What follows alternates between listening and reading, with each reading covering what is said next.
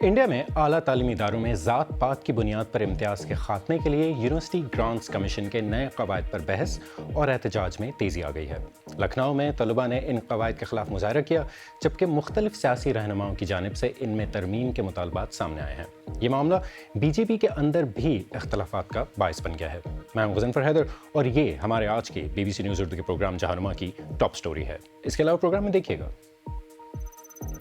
افشاں ہونے والی دستاویزات سے معلوم ہوا ہے کہ روس ناقدین کو ہدف بنانے کے لیے انٹرپول کو مطلوب افراد کی فہرست کا استعمال کر رہا ہے، اور انڈین گلوکار ارجیت سنگھ کا اعلان کہ وہ اب بالی ووڈ میں گلوکاری چھوڑ رہے ہیں۔ انڈیا کی سپریم کورٹ نے یونیورسٹی گرانٹس کمیشن کے متنازع promotion of equity in higher education institutions regulations 2026 کے خلاف دائر درخواست کو سماعت کے لیے منظور کر لیا ہے۔ یہ ایسے وقت میں ہو رہا ہے جب ملک میں ان نئے قواعد کے خلاف بڑے پیمانے پر احتجاج دیکھے جا رہے ہیں، خصوصاً جنرل کیٹیگری کے طلباء کی جانب سے۔ ان مظاہروں پر ذرا دیر میں تفصیلی بات کریں گے، لیکن آئیے پہلے یہ سمجھتے ہیں کہ یہ نئے قواعد ہیں کیا۔ 13 جنوری کو انڈین حکومت نے promotion of equity in higher education institutions regulation 2026 کا نوٹیفیکیشن جاری کیا۔ ان قواعد کے تحت تمام اعلیٰ تعلیمی اداروں کے لیے امتیازی سلوک کے خلاف کمیٹیاں اور ذات پات پر مبنی شکایات کے حل کے لیے باضابطہ طریقہ کار قائم کرنا لازمی ہے۔ یہ فریم ورک ذات پات اور امتیازی سلوک کی دیگر اقسام سے نمٹنے کے لیے ایکول اپرچونٹی سینٹرز، ایکوٹی کمیٹیاں، شکایت کا نظام اور 24 گھنٹے کی ہیلپ لائن کے قیام کا مطالبہ بھی کرتا ہے۔ یہ اقدامات اس طویل تنقید کے بعد سامنے آئے ہیں کہ ادارے کیمپس میں ذات پات کی بنیاد پر ہونے والے تعصب سے مناسب طریقے سے نمٹنے میں ناکام رہے ہیں۔ اور اس بارے میں مزید بات کرنے کے لیے اس وقت B B C news Hindi کے ہماری ساتھی کیرتی دوبے میرے ساتھ موجود ہیں۔ کیرتی، سب سے پہلے تو یہ بتائیں کہ یہ مظاہرے ہو کیوں رہے ہیں؟ دیکھیں، یہ سمجھنا پڑے گا کہ انڈیا میں جو ہائر ایجوکیشن ہے اس میں دو بہت امپورٹنٹ جو ہے انسیڈنٹس ہوئے 2017 میں اور 2019 میں۔ روہت ویمولا ایک اسٹوڈنٹ تھے جنہوں نے سوسائڈ کیا، اور کاسٹ بیسڈ ڈسکریمنیشن کا پورا ثبوت تھا۔ انہوں نے ایک لیٹر بھی لکھا کہ کس طرح سے ان کو جھونکا گیا، ان کا ایک جات میں پیدا ہونا ہی سب سے بڑی تراژدی تھی۔ اس کے بعد 2019 میں پائل تڑوی نام کی ایک میڈیکل اسٹوڈنٹ تھی جنہوں نے سوسائڈ کیا، اور یہ بھی کاسٹ بیسڈ ڈسکریمنیشن تھا۔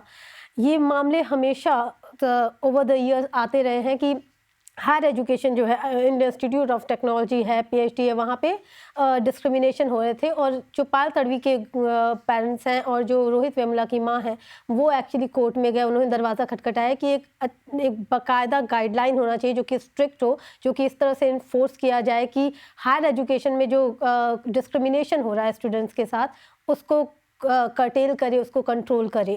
تو اس کو مد نظر رکھ کے سپریم کورٹ نے یہ جو ججمنٹ دیا تھا، اور اب جا کر کے جو ریگولیشن آئے ہیں یو جی سی کے، وہ اس کو لے کر کے جو 13 جنوری کو آئے ہیں، اس کو لے کر کے سارے پروٹیسٹ ہو رہے ہیں، جو کہ سامانیہ ورگ جو جنرل کوٹا کہا جاتا ہے کہ اپر کاسٹ اسٹوڈنٹ ہیں، وہ زیادہ اس پر سڑک پر ہیں۔ اچھا، یہ بتائیں اس سے بی جے پی کے اندر کیا مسئلے پرابلمس ہو رہی ہیں؟ دیکھیے، بی جے پی بہت مختصر بتا دیں۔ بی جے پی کا ایک یہ آپ کو سمجھنا پڑے گا کہ یو پی جو اسٹیٹ ہے جہاں پہ یوگی آدتیہ ناتھ جو ہیں وہ اپر کاسٹ سے آنے والے، اور ٹھاکر جو ایک اور سیکٹر اپر کاسٹ کا وہاں سے آتے ہیں، تو وہاں پہ سب سے زیادہ پروٹیسٹ ہو رہا ہے، اور کئی سارے جو لیڈرز ہیں بی جے پی کے، انہوں نے بھی ریزائن کیا ہے، جس کی خبریں میڈیا میں ہیں۔ کیرتی دوبے، ہم سے بات کرنے کا بہت بہت شکریہ۔ Thank you. اور آج کے ٹریننگ سیگمنٹ میں دیکھیے گا انڈین گلوکار ارجیت سنگھ کا اعلان، جس نے کروڑوں مداحوں کو مایوس کر دیا ہے۔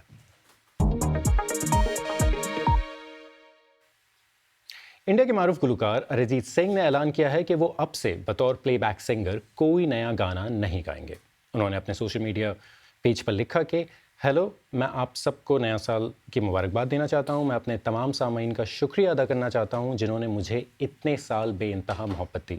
میں کہنا چاہتا ہوں کہ اب میں بطور پلے بیک سنگر کوئی نیا کام نہیں لوں گا، میں اسے یہیں ختم کر رہا ہوں۔ یہ بہت خوبصورت سفر رہا ہے۔ مغربی بنگال کے مرشد آباد میں پیدا ہونے والے ارجیت سنگھ نے ہندی اور بنگالی کے علاوہ مراٹھی سمیت کئی دیگر انڈین زبانوں میں گانے گائے ہیں۔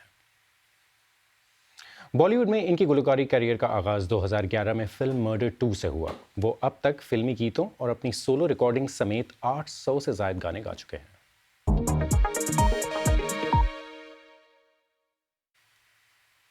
BBC کے ساتھ شیئر کی گئی انٹرپول کی اندرونی فائلوں سے پتہ چلا ہے کہ روس بیرون ملک گرفتاریوں کی درخواست کرتے وقت عالمی ایجنسی کے قوانین کو مسلسل توڑ رہا ہے اور ان لوگوں کی زندگیاں تباہ کر رہا ہے جو اپنے مقدمات کے فیصلے کے انتظار میں الجھے ہوئے ہیں۔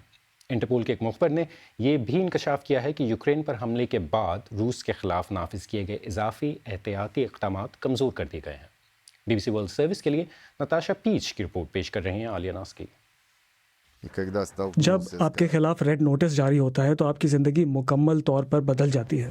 ایگور پیسٹکوف ایک روسی تاجر تقریباً 2 سال تک انٹرپول کی وانٹڈ لسٹ پر رہے۔ روس کی نایاب دھاتوں کی صنعت میں ایک بڑے شیئر ہولڈر ہونے کے ناطے ایگور نے یوکرین کی جنگ سے چند ماہ قبل صرف روسی منڈی کو ہی سپلائی کرنے کی درخواست ماننے سے انکار کر دیا تھا۔ میں اس کے خلاف تھا کہ مجھے بہت سستے داموں اور صرف ان لوگوں کو فروخت کرنا پڑے جن کا حکم وزارتیں دیتی تھی۔ یہ صرف کاروباری مسئلہ نہیں تھا بلکہ ایک اخلاقی مسئلہ بھی تھا۔ ایگور کی کمپنی کو نیشنلائز کر دیا گیا اور ان کے خلاف فراڈ کی تحقیقات کی گئیں۔ وہ فرانس فرار ہو گئے جہاں انہیں معلوم ہوا کہ ماسکو نے ان کا نام انٹرپول کی مطلوب افراد کی فہرست میں شامل کر دیا ہے۔ بینک اکاؤنٹس، ظاہر ہے سب کچھ منجمد ہو جاتا ہے۔ وہ آپ کو کسی بھی لمحے روک سکتے ہیں، کاغذات طلب کر سکتے ہیں اور آپ جیل پہنچ سکتے ہیں۔ We do not do it for the money or the glory. It's not just a job.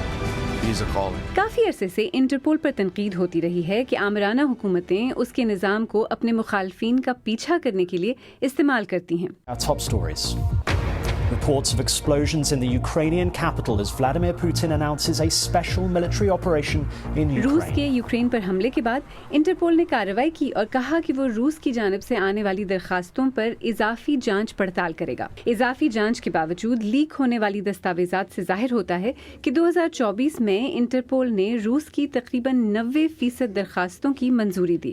اور پھر بھی رپورٹ سے پتہ چلتا ہے کہ جب انٹرپول کے آزاد نگراں ادارے نے روس کی درخواستوں کے خلاف شکایات کا جائزہ لیا تو وہ تقریباً نصف کو قواعد کی خلاف ورزی پر منسوخ کر رہا تھا۔ ان رپورٹ سے یہ بھی ظاہر ہوا کہ انٹرپول کو خود علم تھا کہ روس کے معاملے میں ایک سنگین مسئلہ موجود ہے۔ اندرونی رپورٹس میں روس کی جانب سے انٹرپول کے ذرائع کی دانستہ غلط استعمال پر شدید خدشات کا ذکر ہے اور کہا گیا ہے کہ قواعد کی کھلی خلاف ورزیوں کے واقعات سامنے آئے۔ BBC فرانسیسی تحقیقی ادارے ڈسکلوز کے ساتھ مل کر ایک انٹرپول کے اندرونی ذریعے سے حاصل ہونے والی ہزاروں خفیہ دستاویزات تک رسائی حاصل کر سکا جو 2 دہائیوں سے زیادہ عرصے پر محیط ہیں۔ یہ دستاویزات ظاہر کرتی ہیں کہ انٹرپول کی مطلوب افراد کی فہرست کے غلط استعمال کے حوالے سے سب سے زیادہ شکایات روس کے خلاف درج کی گئیں۔ ہم نے ان کی آواز اور شناخت کو خفیہ رکھا ہے۔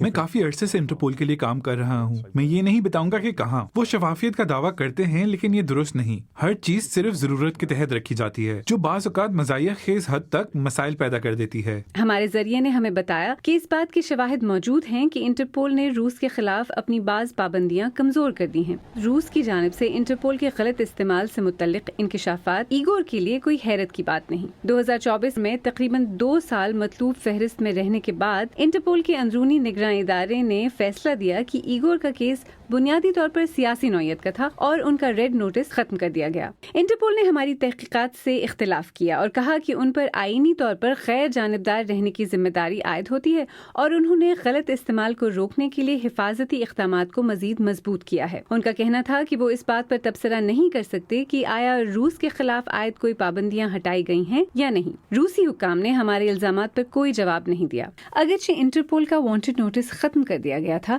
ایگور کا کہنا ہے کہ اس فہرست میں شامل ہونا ان کی زندگی کو تہس نہس کر گیا۔